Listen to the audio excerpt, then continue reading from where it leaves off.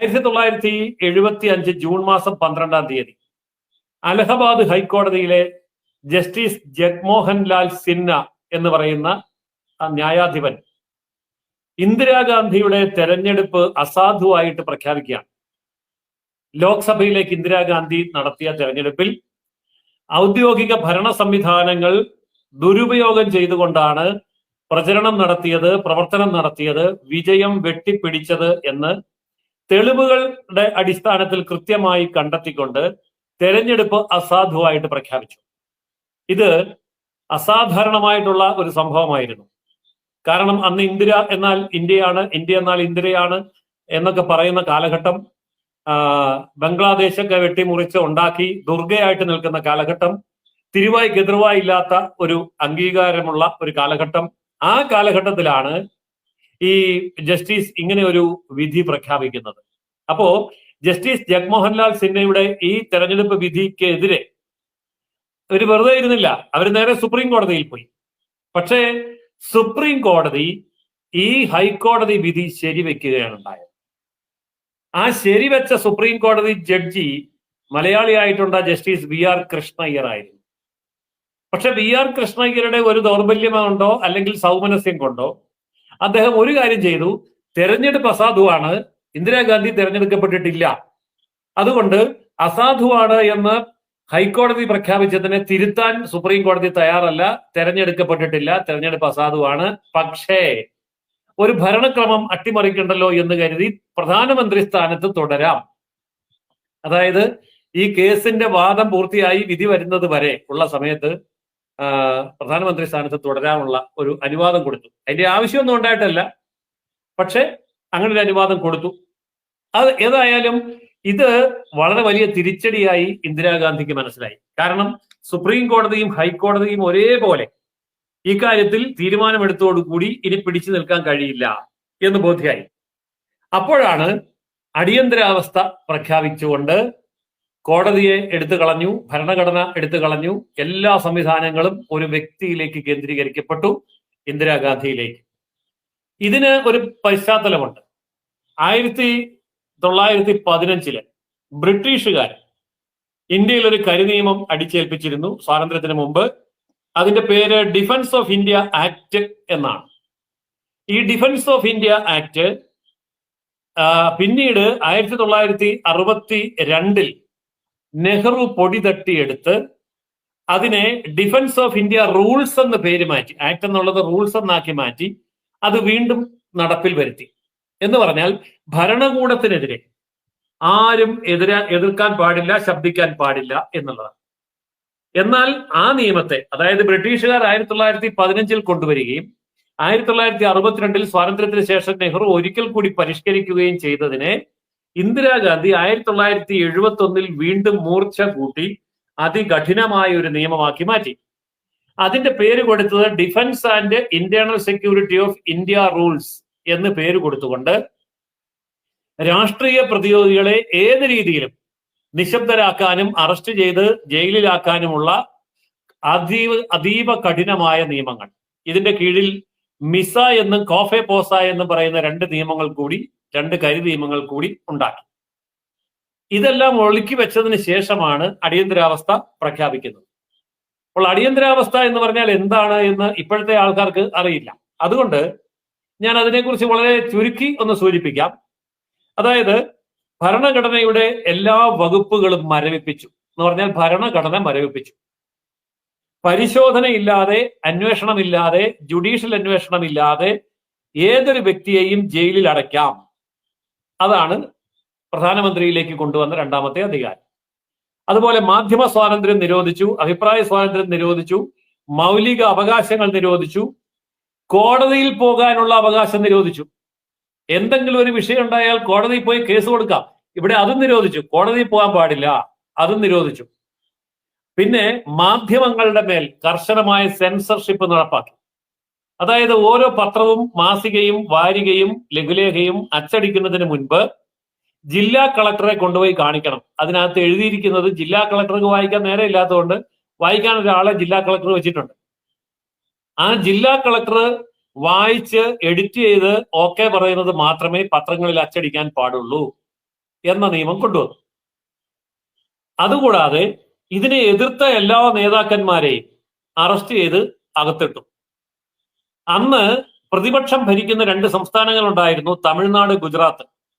ഈ 2 സംസ്ഥാനങ്ങളിലെ മുഖ്യമന്ത്രിമാരെ പിരിച്ചുവിട്ടിട്ട് രാഷ്ട്രപതി ഭരണം ഏർപ്പെടുത്തി. എന്ന് പറഞ്ഞാൽ പ്രതിപക്ഷം വേണ്ട, പ്രതിപക്ഷം സംസ്ഥാനം ഭരിക്കുകയും വേണ്ട. അപ്പോൾ ആ 2 സംസ്ഥാനങ്ങളെ പിരിച്ചുവിട്ടിട്ട് രാഷ്ട്രപതി ഭരണം ഏർപ്പെടുത്തി. പൗരന്മാർക്ക് ഭരണകൂടത്തിനെതിരെ, അക്രമങ്ങൾക്കെതിരെ പ്രതികരിക്കാനുള്ളതും കോടതിയെ സമീപിക്കാനുള്ളതുമായ എല്ലാ അധികാരവും എടുത്തു കളഞ്ഞു. ഇത്രയൊക്കെ ആയപ്പോഴത്തേക്കും കോൺഗ്രസിനകത്തുനിന്ന് തന്നെ പല ആൾക്കാരും, വ്യക്തിത്വമുള്ളവര്, മനസാക്ഷിയുള്ള നേതാക്കന്മാര് ഇതിനെതിരെ മുറുമുറുക്കാനും ശബ്ദമുയർത്താനും തുടങ്ങി. അങ്ങനെ വന്ന 2 നേതാക്കന്മാരുടെ പേരാണ് ചന്ദ്രശേഖർ, രാം ധവാൻ എന്ന് പറയുന്നത്. പിന്നീട് ഇന്ത്യയുടെ പ്രധാനമന്ത്രിയായ ചന്ദ്രശേഖർ അടക്കം ഈ പിന്നീട് ഇന്ത്യൻ പ്രധാനമന്ത്രിയായ ചന്ദ്രശേഖറിനെയും രാം ധവാനെയും, അതായത് സ്വന്തം പാർട്ടിയുടെ നേതാക്കളാണ്, ആ സ്വന്തം പാർട്ടിയുടെ നേതാക്കളെ പോലും അറസ്റ്റ് ചെയ്ത് ജയിലിലേക്ക് ഇട്ടു. എന്നിട്ട് 1975 ഓഗസ്റ്റ് 1 38ാം ഭരണഘടനാ ഭേദഗതി കൊണ്ടുവന്നു. അതിൽ 352ാമത്തെ ക്ലോസ് 4 ചേർത്തുകൊണ്ട് പറയുന്നു, രാഷ്ട്രപതിയുടെ തീരുമാനവും ഇഷ്ടവും അന്തിമമായിരിക്കും. ഒരു കാരണവശാലും ഒരു കോടതിയിലും ഇതൊന്നും ചോദ്യം ചെയ്യാൻ പാടില്ല. അതുകൂടാതെ 1975 ഓഗസ്റ്റ് 10 ഭരണഘടനയുടെ 39ാം ഭേദഗതിയിലൂടെ ഇന്ദിരാഗാന്ധി കൊണ്ടുവന്ന നിയമം, രാഷ്ട്രപതി, ഉപരാഷ്ട്രപതി, പ്രധാനമന്ത്രി, ലോക്സഭാ സ്പീക്കർ എന്നിവരുടെ തെരഞ്ഞെടുപ്പ് കാര്യങ്ങളിൽ ഒരു കോടതിക്കും ഇടപെടാൻ അധികാരമില്ല. ഇവിടെയാണല്ലോ കോടതി ഇടപെട്ടുകൊണ്ട് ഹൈക്കോടതിയും സുപ്രീം കോടതിയും പ്രധാനമന്ത്രിയുടെ തെരഞ്ഞെടുപ്പ് അസാധുവാക്കിയത്. അപ്പൊ തെരഞ്ഞെടുപ്പ് പ്രധാനമന്ത്രിയെ മാത്രം എന്ന് പറയാതെ രാഷ്ട്രപതി, ഉപരാഷ്ട്രപതി, പ്രധാനമന്ത്രി, സ്പീക്കർ, ഈ 4 പേരുടെ കാര്യത്തിലും കോടതി ഇടപെടാൻ സാധ്യമല്ല എന്നത് കൊണ്ടുവന്നു. 1976 42ാം ഭേദഗതി ഈ പറയുന്ന രീതിയിൽ ഉള്ള എല്ലാ അധികാരങ്ങളും എടുത്തു കളഞ്ഞിട്ട് ഭരണഘടനയെ ഏകപക്ഷീയമായി ഭേദഗതി ചെയ്യാൻ പാർലമെന്റിന് പരിധിയില്ലാത്ത അധികാരം കൊടുത്തു. പാർലമെന്റ് എന്ത് പറയുന്നു എന്ന് പറഞ്ഞാൽ പാർലമെന്റ് ഇവരുടെ കയ്യിലാണ്, ഭൂരിപക്ഷമുണ്ട്. അപ്പൊ പാർലമെന്റ് എന്ത് പറയുന്നു അത് ഭരണഘടന അനുസരിച്ചോണം, പാർലമെന്റ് എന്ത് പറഞ്ഞോ അത് കോടതി അംഗീകരിച്ചോണം എന്ന് പറയുമ്പോൾ പാർലമെന്റ് എന്ത് പറയുന്നു അത് പത്രങ്ങൾ അംഗീകരിച്ചോളണം, ഫോർത്ത് എസ്റ്റേറ്റ് എന്ന് പറയുന്ന മീഡിയ അംഗീകരിച്ചു കൊള്ളണം. അപ്പൊ കോടതിയില് ഭരണഘടനാ ഭേദഗതി ചോദ്യം ചെയ്യാൻ പാടില്ല എന്നുള്ള ആർട്ടിക്കിൾ 386 കൊണ്ടുവന്ന് 1951 ജനപ്രാതിനിധ്യ നിയമം പോലും ഇന്ദിരാഗാന്ധി ഭേദഗതി ചെയ്തു. ചുരുക്കി പറഞ്ഞാൽ ഭരണഘടനയില്ല, കോടതിയില്ല, നിയമങ്ങളില്ല, പത്രസ്വാതന്ത്ര്യമില്ല, വ്യക്തി സ്വാതന്ത്ര്യമില്ല, അടിസ്ഥാന സ്വാതന്ത്ര്യമില്ല, മൗലികാവകാശമില്ല, ഒന്നുമില്ല. ഇതെല്ലാം എടുത്തു കളഞ്ഞിട്ട് ഒരേ ഒരു വ്യക്തിയിലേക്ക് ഇത് മുഴുവൻ കേന്ദ്രീകരിച്ചു. പക്ഷേ ഇതൊക്കെ നടക്കുമ്പോഴും ഇതൊക്കെ കീഴടങ്ങി വഴങ്ങി ജീവിക്കാൻ ഇന്ത്യയിലെ ജനത, കേരളത്തിന്റെ പുറത്തുള്ള ആരും തയ്യാറായിരുന്നില്ല. അതിനെതിരെ ഭയങ്കരമായിട്ടുള്ള പ്രക്ഷോഭങ്ങൾ ഉണ്ടായി. ആ പ്രക്ഷോഭത്തിന്റെ പേരിൽ maintenance of internal security act MISA പ്രകാരം 34,988 പേരെ ജയിലിലിട്ടു. 1971 defence and internal security of rules പ്രകാരം 75,818 പേരെയും അറസ്റ്റ് ചെയ്ത് ജയിലിലിട്ടു.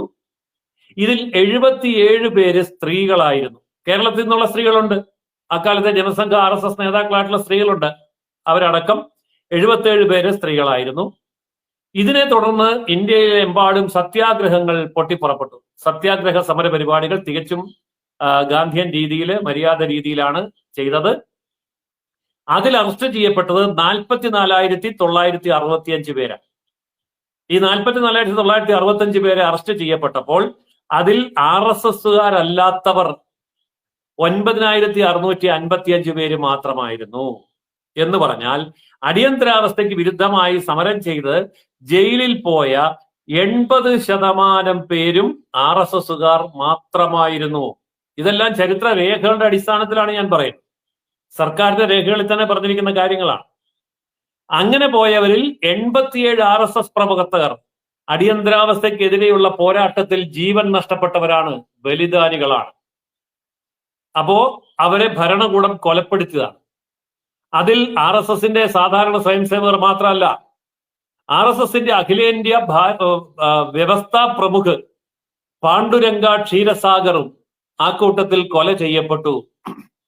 അപ്പോൾ ജനാധിപത്യത്തിന് വേണ്ടി RSS എന്ത് ചെയ്തു എന്ന ചോദ്യത്തിന്റെ വ്യക്തമായിട്ടുള്ള മറുപടിയുടെ കണക്കാണ് ഞാൻ ഇവിടെ പറഞ്ഞത്. അപ്പോൾ ഇപ്പോഴും ചില ആൾക്കാർ ചോദിക്കൽ RSS എന്ത് ചെയ്തു എന്ന്. ഞാനിവിടെ ചോദിക്കുന്നു, RSS അല്ലാത്തവർ എന്ത് ചെയ്തു? ആ കണക്ക് ഞാൻ പിന്നീട് പറയാം. ഏതായാലും 1975 നവംബർ 28 സർക്കാർ പുറപ്പെടുവിച്ച ഉത്തരവിൽ യാതൊരു അന്വേഷണവും കൂടാതെ RSSനോട് ബന്ധമുണ്ട് എന്ന് ആരോപിക്കപ്പെടുന്ന സർക്കാർ ഉദ്യോഗസ്ഥന്മാരെ എല്ലാം പിരിച്ചുവിടാൻ കേന്ദ്ര ഗവൺമെന്റ് ഉത്തരവിറക്കി. അങ്ങനെ 25,962 RSSകാരെയാണ് കേന്ദ്ര സർക്കാർ സർവീസിൽ നിന്ന് പിരിച്ചുവിട്ടത്. ആ പിരിച്ചുവിടുക എന്നുള്ള വാക്കിന് പകരം നിർബന്ധിത റിട്ടയർമെന്റ് ആണ് നടപ്പാക്കിയത്. അതായത് പിരിച്ചുവിട്ട് കഴിഞ്ഞാലുള്ള കുഴപ്പം എന്താണെന്ന് ചോദിച്ചാൽ, കോടതി പോകും. എന്തെങ്കിലും ഒരു കാലത്ത് അടിയന്തരാവസ്ഥ പിൻവലിക്കുന്ന കാലത്ത് ഇവർ കോടതിയിൽ പോയാൽ അവർ തിരിച്ചു കയറും. ഇനി പ്രായം കടന്നു പോയാൽ അവർ സർവീസിലുണ്ടായിരുന്ന കാലത്തെ ശമ്പളം, ആനുകൂല്യം, പെൻഷൻ എല്ലാം കൊടുക്കേണ്ടി വരും. അതുകൊണ്ട് അവരെ നിർബന്ധിത റിട്ടയർമെന്റ് ആണ്. അപ്പൊ ആ നിർബന്ധിത റിട്ടയർമെന്റ് കഴിയുമ്പോൾ ഈ ആനുകൂല്യം കൊടുക്കണ്ട. എത്ര വലിയ ക്രൂരതയാണ് ചെയ്തതെന്ന് ഓർക്കണം. 1,00,000-ലധികം സർക്കാർ ജീവനക്കാർ. അപ്പൊ ഇതൊക്കെ ഈ രാജ്യത്ത് നടന്ന അതീവ ക്രൂരമായ, മനുഷ്യത്വരഹിതമായ, ഭരണഘടനാ വിരുദ്ധമായ, മനുഷ്യാവകാശ വിരുദ്ധമായ കാര്യങ്ങളാണ്. ഇതിനെക്കുറിച്ചെല്ലാം പറയുന്ന ഒരു അന്വേഷണ കമ്മീഷൻ വന്നു. ഷാ അന്വേഷണ കമ്മീഷൻ. ഷാ എന്ന് പറയുന്ന അദ്ദേഹത്തിന്റെ നേതൃത്വത്തില് 530 പേജുകളിലായി 26 അധ്യായങ്ങളിലായി ഷാ കമ്മീഷൻ അന്വേഷിച്ച് ഈ കാര്യങ്ങൾ മുഴുവൻ തെളിവ് സഹിതം രേഖപ്പെടുത്തി പിന്നാലെ വന്ന ജനതാ പാർട്ടി ഗവൺമെന്റിന് റിപ്പോർട്ട് സമർപ്പിച്ചു. എന്നാൽ അതിനുശേഷം വന്ന ഇന്ദിരാഗാന്ധി ഗവൺമെന്റ് ഈ റിപ്പോർട്ടിന്റെ മുഴുവൻ കോപ്പിയും എടുത്ത് കത്തിച്ചു കളഞ്ഞു. മുഴുവൻ കോപ്പിയും കളക്ട് ചെയ്ത് കത്തിച്ചു കളഞ്ഞു. പക്ഷെ ഭാഗ്യവശാൽ തമിഴ്നാട്ടിലെ DMK നേതാവായ ഏറ ചെഴിയാൻ എന്ന് പറയുന്ന വ്യക്തി അതിന്റെ ഒരു കോപ്പി രഹസ്യമായി സൂക്ഷിച്ചിട്ടുണ്ടായിരുന്നു. ആ കോപ്പി പിന്നീട് അദ്ദേഹം പുസ്തക രൂപത്തിൽ പ്രസിദ്ധീകരിച്ചത് കൊണ്ടാണ് അടിയന്തരാവസ്ഥയിലെ ക്രൂരകൃത്യങ്ങളെ കുറിച്ചുള്ള കണക്കുകൾ നമുക്ക് വളരെ വ്യക്തമായി കിട്ടിയത്. ഞാനിവിടെ പറഞ്ഞ ഈ കണക്കുകൾ അടക്കം ആ പുസ്തകത്തിൽ നിന്നാണ് പിന്നീട് പുറത്തു വരുന്നത്. ഇതില് ആ കാലത്ത് പോലീസിന് കൊടുത്തിരുന്ന അധികാരങ്ങൾ അതിക്രൂരമായ തെറവാഴ്ചയായിരുന്നു. രാത്രികാലങ്ങളിൽ വീടുകളിൽ കയറി സ്ത്രീകളോട് അപമര്യാദയായി പെരുമാറുക, ധാന്യങ്ങൾ, വാഴക്കുല, വാഴക്കൃഷി, പച്ചക്കറി കൃഷി, തെങ്ങ് കൃഷി ഇത് മുഴുവൻ വെട്ടി നശിപ്പിക്കുക, ഫാക്ടറികൾ, ഹോട്ടലുകൾ എന്നിവ, അതായത് അടിയന്തരാവസ്ഥയ്ക്ക് എതിരായിട്ട് നിൽക്കുന്നു എന്ന് കാണുന്നവരുടെ ഫാക്ടറികൾ, അവരുടെ ഹോട്ടലുകൾ, അവരുടെ സ്ഥാപനങ്ങൾ, അവരുടെ ഓഫീസുകളെല്ലാം പോലീസ് അടിച്ചു തകർക്കുക. ഇതൊക്കെ അന്ന് ചെയ്ത കാര്യങ്ങളാണ്. ഇതൊക്കെ എന്റെ ഓർമ്മയിൽ, നേരിയ ഓർമ്മയിൽ ഇത്തരം കാര്യങ്ങളെ കുറിച്ച് ആൾക്കാർ പറഞ്ഞ് ഞാൻ കേട്ടിട്ടുണ്ട്. ജോർജ് ഫെർണാണ്ടസ്, പിന്നീട് ഇന്ത്യയുടെ പ്രതിരോധ മന്ത്രിയായ ജോർജ് ഫെർണാണ്ടസിനെ, അന്ന് അദ്ദേഹം വലിയ രാഷ്ട്രീയ നേതാവാണ്, അദ്ദേഹത്തെ അറസ്റ്റ് ചെയ്തുകൊണ്ട് പോയത് പരസ്യമായിട്ട് ചങ്ങലയിൽ കെട്ടി നടത്തിച്ച് വലിച്ചു കൊണ്ടുപോവുകയാണ് ചെയ്തത്. ബറോഡ ഗൂഢാലോചന കേസ് എന്ന് പറയുന്ന ഒരു കേസ് കൃത്രിമമായിട്ട് ഉണ്ടാക്കിയാണ് അദ്ദേഹത്തെ അറസ്റ്റ് ചെയ്യുന്നത്. ഒടുവിൽ അദ്ദേഹത്തിന്റെ സഹോദരൻ ജയിലിൽ വെച്ച് പീഡനമേറ്റ് മരിക്കുക ചെയ്യുന്നത്. ഈ ജോർജ് ഫെർണാണ്ടസിന്റെ സഹോദരൻ 2005 വരെ അദ്ദേഹം നരകിച്ച് ആണ് അദ്ദേഹം മരിക്കുന്നത്. അപ്പോൾ പിന്നീട് വന്ന ജനതാ പാർട്ടി ഗവൺമെന്റ് ആണ് ഇദ്ദേഹത്തിന്റെ പേരിലുള്ള കേസ് പിൻവലിക്കുകയും അദ്ദേഹത്തിന് മന്ത്രിയാകുകയൊക്കെ ചെയ്തു. ഏതായാലും ആ കാലഘട്ടത്തിൽ RSSന്റെ സഹ സർക്കാർ വാക്കായിരുന്ന രാജീവ് ഭയ്യ, അദ്ദേഹം പിന്നീട് RSS സർസംഘചാലകായി, അദ്ദേഹം ഇന്ത്യ മുഴുവൻ നിരന്തരമായി രഹസ്യമായി യാത്ര ചെയ്തുകൊണ്ട് ഇതിനെതിരെ, അടിയന്തരാവസ്ഥയ്ക്കെതിരായിട്ടുള്ള സമരപരിപാടികൾ, സത്യാഗ്രഹ സമരപരിപാടികളും ആശയപ്രചരണ പരിപാടികൾക്കും വേണ്ടി നിരന്തരമായി പ്രവർത്തിച്ചുകൊണ്ടിരുന്നു. അദ്ദേഹത്തെ പിടികൂടാൻ പറ്റിയില്ല. ഇന്ത്യ മുഴുവൻ യാത്ര ചെയ്തിട്ടും ഇന്ദിരാഗാന്ധി ഗവൺമെന്റ് അരിച്ചു പെറുക്കിയിട്ട് അദ്ദേഹത്തെ പിടികൂടാം. അതാണ് RSSന്റെ ഒരു കഴിവ്. അപ്പൊ രാജ്യത്തെ എല്ലാ പ്രധാന സംഭവങ്ങളും പത്രങ്ങളും റേഡിയോയിലും ഒക്കെ മറച്ചു വെക്കപ്പെട്ട കാര്യങ്ങൾ വീട് വീടാന്തരം എത്തിക്കാൻ ഓരോ ജില്ലയിലും ഓരോ പ്രസിദ്ധീകരണ സംവിധാനങ്ങൾ ഉണ്ടാക്കുകയാണ് അന്ന് RSS ചെയ്തത്. സംസ്ഥാന തലത്തിൽ ഉണ്ടാക്കി ജില്ലാ തലത്തിൽ അത് വിതരണം ചെയ്യാനുള്ള സംവിധാനമാണ് ഉണ്ടാക്കിയത്. കേരളത്തിൽ അന്നുണ്ടായിരുന്ന കുരുക്ഷേത്ര വാർത്താ ബുള്ളറ്റിൻ ഇതുപോലെ പ്രചരിപ്പിക്കപ്പെട്ടതാണ്. ഡൽഹിയില് സത്യസമാചാർ എന്നായിരുന്നു അതിന്റെ പേര്. അപ്പൊ അങ്ങനെ എല്ലാ സംസ്ഥാനങ്ങളിലും ഈ പറയുന്ന നിരോധനത്തിന് എതിർത്തുകൊണ്ട് തന്നെ ഇത്തരം കാര്യങ്ങൾ അച്ചടിച്ച് ലഘുലേഖയാക്കി വിതരണം ചെയ്തു എന്ന് പറയുമ്പോൾ ആ കാലത്ത് ഇന്ദിരാഗാന്ധിയെ ഭയമില്ലാതെ ഇത് അച്ചടിക്കാൻ തയ്യാറായ രഹസ്യമായി പ്രസ്സുകൾ പ്രവർത്തിപ്പിച്ച ആൾക്കാരുണ്ടായിരുന്നു എന്ന് ഓർക്കണം. അങ്ങനെ 1975 നവംബർ 14 മുതൽ 76 ജനുവരി 14 വരെ രാജ്യവ്യാപകമായ സത്യാഗ്രഹ പരിപാടികൾ RSSന്റെ നേതൃത്വത്തിൽ സംഘടിപ്പിക്കപ്പെട്ടു. 1975 സ്വാതന്ത്ര്യദിന പരേഡിൽ ഇന്ദിരാഗാന്ധി ചുവപ്പുകോട്ടയിൽ പ്രസംഗിക്കാൻ എഴുന്നേൽക്കുന്ന സമയത്ത് 50 RSS പ്രവർത്തകർ മുദ്രാവാക്യം മുഴക്കി ലഘുലേഖകൾ പരസ്യമായി വിതരണം ചെയ്തു. ഇത് പിന്നീട് നടന്ന ഗാന്ധി ജയന്തി ദിവസത്തിലും നെഹ്റുവിന്റെ സമാധി ദിവസത്തിലും ഇതേ കാര്യം തന്നെ ആവർത്തിച്ചു. ഡൽഹിയിൽ വെച്ച് നടന്ന കോമൺവെൽത്തിന്റെ വിദേശകാര്യ പ്രതിനിധികളുടെ സമ്മേളന വേദിയിൽ പോയി ഇത് വീണ്ടും വിതരണം ചെയ്തു, മുദ്രാവാക്യം വിളിച്ചു. ഇതൊക്കെ റിപ്പോർട്ട് ചെയ്തത് 1975 നവംബർ 9 ന്യൂയോർക്ക് പത്രത്തിലാണ്. ന്യൂയോർക്ക് ടൈംസ് എന്ന് പറയുന്ന പത്രത്തിലാണ് ഇത് വന്നത്. കാരണം ഇന്ത്യയിൽ ഈ വാർത്ത പുറത്തു വന്നില്ല. പിന്നീട് 1976 ആഗസ്റ്റ് 10 പോലീസിന്റെയും ഇന്ത്യയിലെ വൻ സുരക്ഷാ സംവിധാനത്തിന്റെയും കണ്ണു വെട്ടിച്ചുകൊണ്ട് ഡോക്ടർ സുബ്രഹ്മണ്യൻ സ്വാമി, വിദേശത്തായിരുന്ന അദ്ദേഹം ഇന്ത്യയിൽ വന്ന് പാർലമെന്റിനുള്ളിൽ കയറി അവിടെ നിന്ന് പറയാനുള്ള കാര്യങ്ങളൊക്കെ പറഞ്ഞിട്ട് അത്ഭുതകരമായി പാർലമെന്റിൽ നിന്ന് രക്ഷപ്പെട്ട് വിദേശത്തേക്ക് വിമാനം പോയി കഴിഞ്ഞാണ് ഈ കാര്യം ഇന്ദിരാഗാന്ധി അറിയുന്നത്. ഇന്ദിരാഗാന്ധി അവസാനം പറയുന്നുണ്ട്, രാജ്യത്ത് അടിയന്തരാവസ്ഥക്കെതിരെ പ്രവർത്തിച്ച RSS പ്രവർത്തകരിലെ 10% ആൾക്കാരെ പോലും വേർതിരിച്ചറിയാൻ ഭരണകൂടത്തിന് സാധിച്ചില്ല എന്നുള്ളൊരു കുറ്റസമ്മതം ഇന്ദിരാഗാന്ധി പിന്നീട് ചെയ്യുന്നുണ്ട്. അത് RSSന് കിട്ടിയ ഒരു വലിയ ബഹുമതിയാണ് എന്ന് നമ്മൾ ഓർക്കണം. അപ്പോ ഇതിന്റെ എല്ലാം അടിസ്ഥാനത്തിലാണ് ഇന്നിപ്പോൾ ഇന്ത്യ ഗവൺമെന്റ് ഈ ജൂൺ 25 ഇന്നത്തെ ദിവസം ഭരണഘടനാ ഹത്യാ ദിനമായി ആചരിക്കാൻ വേണ്ടി തീരുമാനിക്കുന്നത്. ഇന്ന് ഭരണഘടനാ ഹത്യാ ദിനം ആചരിക്കുമ്പോൾ തമാശ തോന്നുന്ന ഒരു കാര്യമുണ്ട്.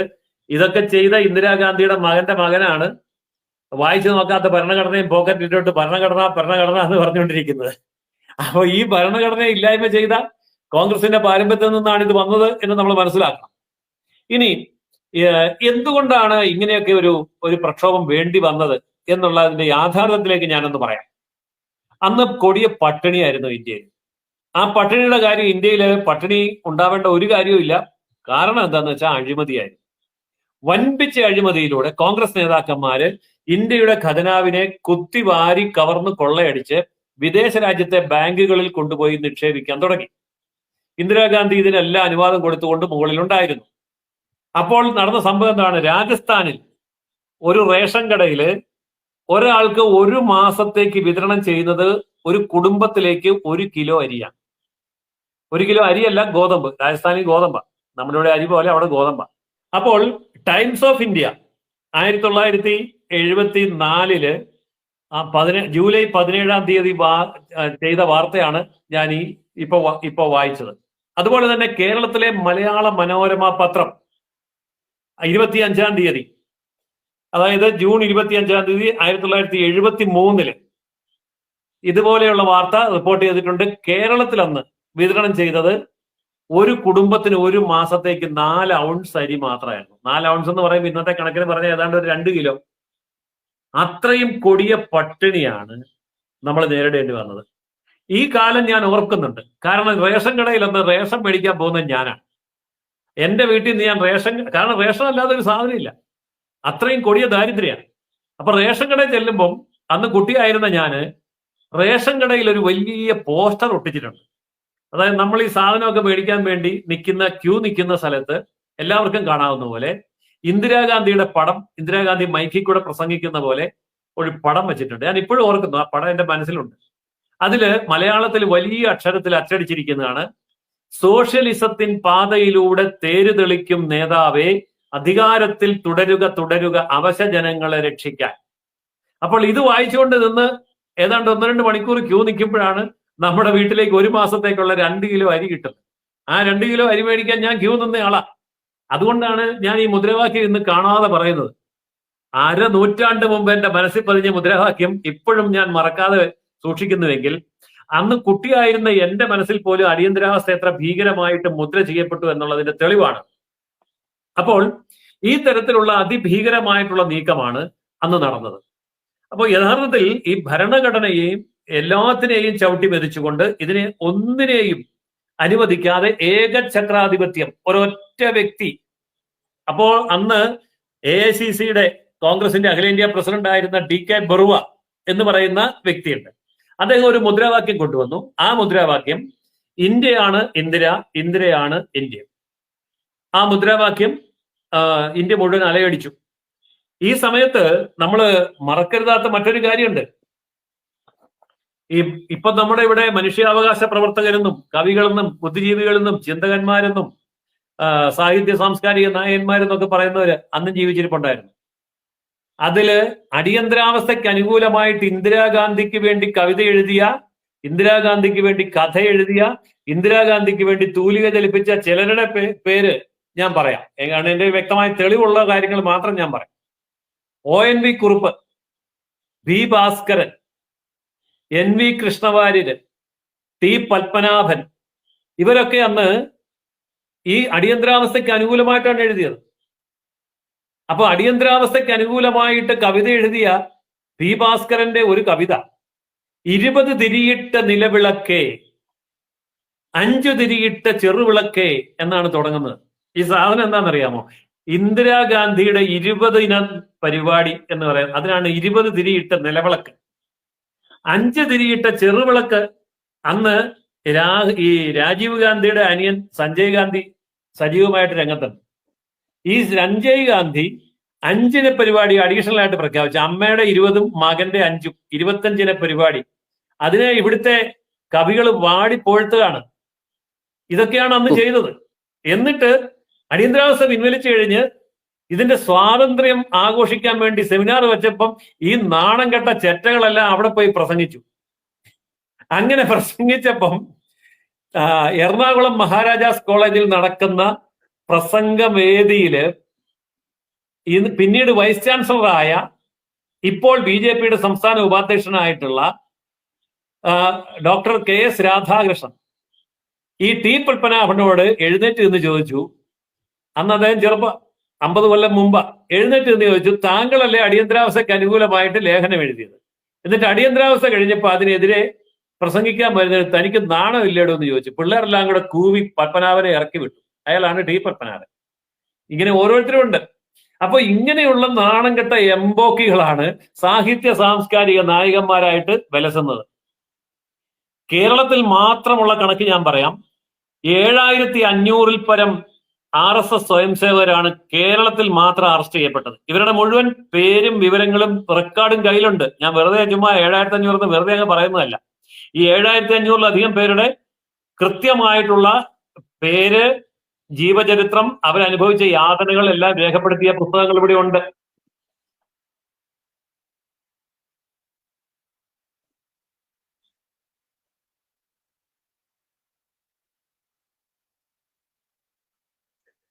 സാറേ, ഓഡിയോ അവിടെ ഓഫ് ആയിട്ടുണ്ട് തോന്നുന്നു. ഓഡിയോ ഓഫ് ആയിട്ടുണ്ട് തോന്നുന്നു സാർ.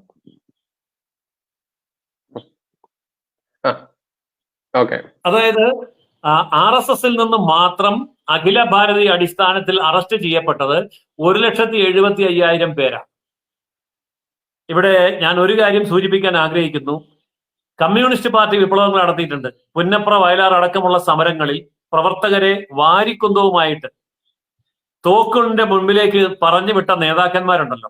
ആ നേതാക്കന്മാരൊക്കെ ഒളിത്താവങ്ങളിൽ പോയി സുഖമായിട്ട് താമസിച്ച് ഒളിവായിട്ട് ഒളിസേവ ചെയ്ത്, ബാക്കിയൊന്നും പറയാൻ കൊള്ളില്ലാത്ത കാര്യമാണ്, പലരൊക്കെ രേഖപ്പെടുത്തിയിട്ടുണ്ട്. പക്ഷെ എന്റെ മാന്യത കൊണ്ട് പറയാൻ പോകുന്നില്ല. അതൊക്കെ പിന്നെ ആ വിഷയം അങ്ങനെയെങ്കിലും ലഘൂകരിക്കാൻ പറ്റുന്ന കാര്യമല്ല. അങ്ങനെ ഒളിസേവയൊക്കെ ആയിട്ട് നടക്കുന്ന കാലത്ത് ഒരു കമ്മ്യൂണിസ്റ്റുകാരൻ രംഗത്ത് വന്നില്ല. കമ്മ്യൂണിസ്റ്റുകാരൻ രംഗത്ത് വന്നില്ല എന്ന് മാത്രമല്ല, CPI എന്ന് പറയുന്ന രാഷ്ട്രീയ പ്രസ്ഥാനം ഇന്ദിരാഗാന്ധിക്ക് പിന്തുണ കൊടുത്തുകൊണ്ടൊരു പ്രമേയം പാസാക്കി. എന്താണെന്നറിയാമോ? ഇന്ത്യയിൽ ഏകകക്ഷി ഭരണം കൊണ്ടുവരണം. ഏകകക്ഷി എന്ന് പറയുന്ന ഏതാ? കോൺഗ്രസ്. പ്രമേയം പാസാക്കുന്ന ആരാ? CPI. അതിന്റെ കാര്യം എന്താ? അന്ന് ഇന്ദിരാ കോൺഗ്രസിന്റെ പിന്തുണയോടുകൂടി CPIയുടെ C അച്യുത മേനോൻ കേരളത്തിൽ മുഖ്യമന്ത്രിയായിട്ടിരിക്കുക. അപ്പൊ ആ മുഖ്യമന്ത്രി സ്ഥാനം ഉറപ്പിച്ചു നിർത്താനും CPIയുടെ അധികാരം അരക്കിട്ടുറപ്പിക്കാനും വേണ്ടി ഇന്ദിരാഗാന്ധിയുടെ പാർട്ടി ഇന്ത്യയിലെ ഏകകക്ഷി ഭരണം കൊണ്ടുവരണമെന്ന്, അതാണ് സോഷ്യലിസം എന്നും അതാണ് റഷ്യയിൽ നടപ്പാക്കിക്കൊണ്ടിരിക്കുന്നതെന്നും പറഞ്ഞ് പ്രമേയം പാസാക്കി. അപ്പോ ഇപ്പോഴത്തെ ബിനോയ് വിശ്വം ഒക്കെ അത് കേൾക്കേണ്ട കാര്യമാണ്. എന്നിട്ടാണ് നാണമില്ലാതെ ഇപ്പൊ നടക്കുന്നത്. അപ്പോ അവര് ആ രീതിയിലാണ് പെരുമാറുന്നത്. എന്നാൽ അതേസമയം അന്നത്തെ RSSന്റെ അതുപോലെ BJPയുടെ മുൻ രൂപമായിട്ടുള്ള ഭാരതീയ ജനസംഘത്തിന്റെ അഖിലേന്ത്യാ വൈസ് പ്രസിഡന്റ് ആയിട്ടുള്ള P പരമേശ്വർജി മരിച്ചുപോയി. O Rajagopal, M Devakiamma, KG Marar അടക്കമുള്ള നേതാക്കള് അറസ്റ്റ് വരിച്ച് ജയിലിലേക്ക് പോയി.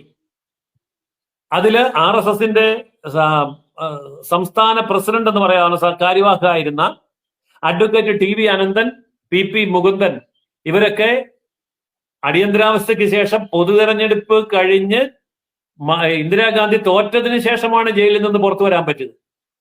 അപ്പോൾ അങ്ങനെ ധാരാളം നേതാക്കന്മാർ ജയിലിലേക്ക് പോയപ്പോ RSSന്റെ പ്രവർത്തനങ്ങൾ നിലച്ചു പോയിട്ടൊന്നുമില്ല. രഹസ്യമായിട്ട് കേരളം മുഴുവൻ നടന്ന് RSS പ്രവർത്തനത്തെ ഊർജ്ജവൽക്കരിക്കാൻ വേണ്ടി K Bhaskar റാവുവും P മാധവജിയും S Sethumadhavan, സേതുവേട്ടൻ എന്ന് വിളിക്കപ്പെടുന്ന സേതുമാധവനും K രാമൻപിള്ളയും രഹസ്യമായി കേരളം മുഴുവൻ നടന്നു. കേരളത്തെ 4ആയിട്ട് പകുത്ത് അതിന്റെ ചുമതല ഏറ്റെടുത്ത് ഓരോ പ്രദേശങ്ങളിലും പോയി ശാഖ നടത്തി. RSSന്റെ ശാഖ ഒന്നും നടത്താൻ പറ്റിയല്ല. അതിനെന്താ ചെയ്തെന്നറിയോ? ഫുട്ബോൾ കളിച്ചു, ക്രിക്കറ്റ് കളിച്ചു, അങ്ങനെ പല രീതിയിലാണ് ശാഖ എന്ന്. എന്നിട്ട് അവിടെയൊക്കെ വെച്ച് കുരുക്ഷേത്ര വിതരണം ചെയ്തു. ഈ കുട്ടികളാണ് കുരുക്ഷേത്രയും കൊണ്ടുപോയി എല്ലാ വീടുകളിലും ഈ സാധനം എത്തിക്കുന്നത്. ഇതൊക്കെ കേരളത്തിൽ നടന്ന സംഭവങ്ങളാണ്. അപ്പോൾ ഇവിടുത്തെ പത്രമുതലാളിമാര് എന്ത് ചെയ്യായിരുന്നു എന്നറിയാമോ? ഇന്ന് മനുഷ്യാവകാശത്തിന് വേണ്ടി ഭയങ്കര ഒച്ചയിടുന്നവരൊക്കെ അന്ന് പത്രത്തിൽ ഇടേണ്ട കാര്യങ്ങൾ എന്തെല്ലാമാണ് എന്നുള്ളത് എഴുതി അതും കൊണ്ട് ജില്ലാ കളക്ടറെ കാണാൻ പോവാണ്. ജില്ലാ കളക്ടർ നോക്കി വെട്ടി തിരുത്തി എഡിറ്റ് ചെയ്തിട്ട് കൊടുക്കും. എല്ലാവരും അന്ന് ചെയ്തുകൊണ്ടിരുന്നത്. അന്ന് ജന്മഭൂമി എന്ന് പറഞ്ഞൊരു പത്രമാണ്, ഇന്നുമുണ്ട്. ആ ജന്മഭൂമിയുടെ അടച്ചുപൂട്ടി അതിന്റെ പത്രാധിപരായിരുന്ന പ്രശസ്ത ഗാന്ധിയൻ പ്രൊഫസർ MB മന്മഥനെ ജയിലിലിട്ടു. അദ്ദേഹം ജയിലിലായിരുന്നു 17 മാസക്കാലം. അദ്ദേഹം തന്നെ എന്നോട് പറഞ്ഞിട്ടുണ്ട്, ജയിലിലായിരുന്നു. അപ്പോ ആ തരത്തിൽ ഒക്കെയുള്ള പീഡനങ്ങളെ ഏറ്റുവാങ്ങിയിട്ടാണ് ഇവിടെ ഈ അടിയന്തരാവസ്ഥയെ അതിജീവിക്കുന്നത്. 2 വർഷക്കാലം നീണ്ടുനിന്ന ഈ കാര്യത്തിൽ. ഇനി ഒരു കാര്യം കൂടി പറഞ്ഞ് ഞാൻ അവസാനിപ്പിക്കാം. അതിനുശേഷം അടിയന്തരാവസ്ഥ അവസാനിക്കുന്നത് എങ്ങനെയാന്ന് ചോദിച്ചാൽ, അടിയന്തരാവസ്ഥ 2 വർഷം കഴിഞ്ഞപ്പോഴേക്കും ഇന്ദിരാഗാന്ധിക്ക് തോന്നി, ഇപ്പോൾ ഒരു തെരഞ്ഞെടുപ്പ് നടത്തിയാൽ എനിക്ക് വൻപിച്ച ഭൂരിപക്ഷം കിട്ടുമോ ഇല്ലയോ. രഹസ്യാന്വേഷണ ഏജൻസികൾ, സർക്കാർ ഉദ്യോഗസ്ഥന്മാർ എല്ലാവരെയും വെച്ചിട്ട് ഒരു ഭയങ്കരമായ സർവേ നടത്തി, രഹസ്യ സർവേ. ഈ രഹസ്യ സർവേയിലാണ് ഇന്ദിരാഗാന്ധിക്ക് അടിപറ്റിയത്. ഏതെങ്കിലും അടിമയായിട്ടുള്ള ഉദ്യോഗസ്ഥൻ പറയോ ഇന്ദിരാഗാന്ധി തോറ്റുപോകുന്നു? തോറ്റുപോയി അവനെ പിടിച്ചകത്തിടുകയല്ലേ. അതുകൊണ്ട് ഈ അന്വേഷിക്കാൻ പെട്ട ഉദ്യോഗസ്ഥന്മാരെല്ലാം കൂടെ ഗംഭീര റിപ്പോർട്ട് കൊണ്ടു കൊടുത്തു. ഇപ്പൊ ഇലക്ഷൻ കൊടുത്ത 4ൽ 3 ഭൂരിപക്ഷത്തിൽ ഇന്ദിരാഗാന്ധി അധികാരത്തിൽ വരുമെന്ന് പറഞ്ഞു. എന്തായാലും ഈ പൊട്ടി അത് കേട്ടു. എന്നിട്ട് എന്ത് പറ്റിയെന്ന് ചോദിച്ചാൽ ഇലക്ഷൻ പ്രഖ്യാപിച്ചു കഴിഞ്ഞു. സംഗതി അടിയെ പോയി. ഇന്ദിരാഗാന്ധി 8 നിലയിൽ പൊട്ടി, പാർട്ടി പൊട്ടി, അധികാരം പോയി. പ്രതിപക്ഷത്തുണ്ടായിരുന്ന പാർട്ടികളെല്ലാം കൂടി ചേർന്ന് ജനതാ പാർട്ടി എന്ന് പറയുന്ന ഒരു പാർട്ടി ഉണ്ടാക്കി. ആ പാർട്ടി അധികാരത്തിൽ വന്നു. മൊറാർജി ദേശായി പ്രധാനമന്ത്രിയായി. പിന്നെ നടന്നതൊക്കെ ഉള്ള ചരിത്രം നമുക്കറിയാം. അപ്പോൾ ഇത്രയും വലിയ ഒരു അട്ടിമറിയാണ് ഇന്ത്യ ചരിത്രത്തിൽ ഉണ്ടായത്. ഇതിൽ കമ്മ്യൂണിസ്റ്റുകാർ അനുകൂലമായിരുന്നു. കാരണം ഏകകക്ഷി ഭരണമായിരുന്നല്ലോ സോവിയറ്റ് യൂണിയൻ, അതുപോലെ തന്നെ ചൈന, മുഴുവൻ കമ്മ്യൂണിസ്റ്റ് രാജ്യങ്ങളിൽ ഏകകക്ഷി ഭരണമാണ്. അതേ ഏകകക്ഷി ഭരണം കമ്മ്യൂണിസ്റ്റുകാരുടെ പിന്തുണയോടുകൂടി ഇന്ത്യയിൽ കോൺഗ്രസ് ചെയ്തോട്ടെ, കേരളത്തിൽ കമ്മ്യൂണിസ്റ്റുകാർക്ക് മുഖ്യമന്ത്രി സ്ഥാനം കിട്ടുമല്ലോ. അപ്പൊ അതൊക്കെ മതി അവർക്ക്. ആ തരത്തിലാണ് ഈ രാജ്യത്ത് അടിയന്തരാവസ്ഥ നിലനിന്നത്, അടിയന്തരാവസ്ഥ അവസാനിച്ചത്. അങ്ങനെയുള്ള ഒരു കാലഘട്ടം ഇനി ഉണ്ടാവരുത് എന്ന ചിന്തയോടു കൂടിയാണ് ഇപ്പോൾ ഭരണഘടനാ ഹത്യാ ദിവസ് എന്ന രീതിയിൽ ഇന്ന് 50ാമത്തെ വർഷം നമ്മൾ ആചരിക്കുന്നത്. ഏതായാലും ഇത് ഇന്ത്യയിലെ പുതിയ തലമുറ അറിഞ്ഞിരിക്കേണ്ട ഒരു കാര്യമായതുകൊണ്ടാണ് ഞാൻ ഇത്രയും നീട്ടി സംസാരിച്ചത്. കൃത്യമായ തെളിവുകളുടെയും വസ്തുതകളുടെയും അടിസ്ഥാനത്തിൽ മാത്രമാണ് ഞാൻ സംസാരിച്ചത്. ഞാൻ പറഞ്ഞ ഓരോ കാര്യവും തെളിയിക്കാൻ ആവശ്യമായ രേഖകളും എന്റെ കൈവശമുണ്ട്. അതുകൊണ്ട് അടിയന്തരാവസ്ഥ കാലത്ത് ജനിച്ചിട്ടില്ലാത്ത, അതിനുശേഷം ജനിച്ച 50 വയസ്സിന് താഴെ പ്രായമുള്ള മുഴുവൻ പേരുടെയും മനസ്സുകൾക്ക് മുമ്പാകെ ഈ ചരിത്ര വസ്തുതകൾ ഞാൻ സമർപ്പിക്കുകയാണ്.